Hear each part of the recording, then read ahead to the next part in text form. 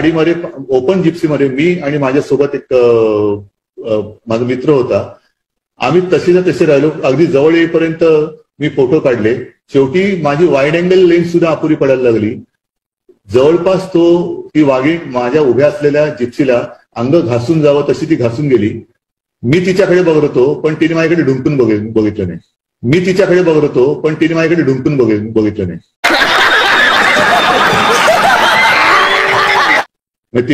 तिला माहिती नव्हतं ह्याच्यात उद्धव ठाकरे आहे रे टायगर. तिला माहिती नव्हतं ह्याच्यात उद्धव ठाकरे आहे रे टायगर. कैसा लगा मेरा मजाक?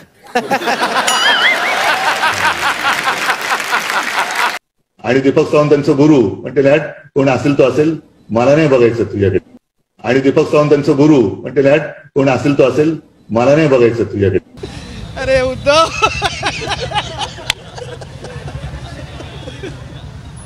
बोल बाबा बोल.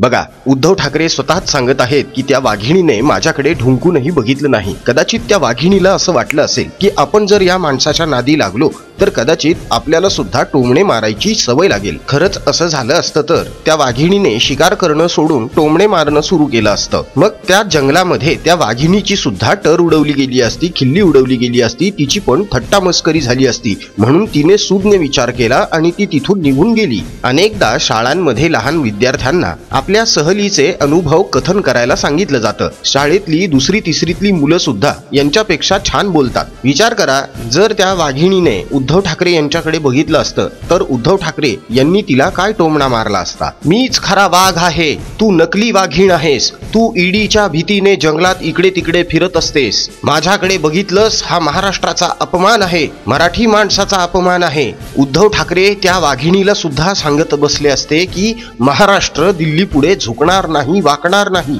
मित्रांनो, थोडा कल्पना विलास तुम्ही सुद्धा करा आणि त्या वाघिणीला उद्धव ठाकरे यांनी आणखी काय टोमणे मारले असतील असं तुम्हाला वाटतं ते आम्हाला कमेंटमध्ये नक्की कळवा. उद्धव ठाकरेंच्या जंगल सफारीच्या वर्णनाचा हा व्हिडिओ तुम्हाला कसा वाटला हे आम्हाला कमेंटमध्ये कळवायला अजिबात विसरू नका. अजून जर तुम्ही आमचं महाप्रपंच हे यूट्यूब चॅनल सबस्क्राईब केलं नसेल तर अवश्य सबस्क्राईब करा. सोबतच बेल आयकॉन सुद्धा प्रेस करा, म्हणजे असे रंगतदार व्हिडिओज सर्वात अगोदर तुमच्यापर्यंत पोहोचतील. मित्रांनो, या व्हिडिओच्या डिस्क्रिप्शन बॉक्समध्ये आम्ही भारत प्रपंच या आमच्या हिंदी यूट्यूब चॅनलची लिंक दिलेली आहे. त्या लिंकला क्लिक करा.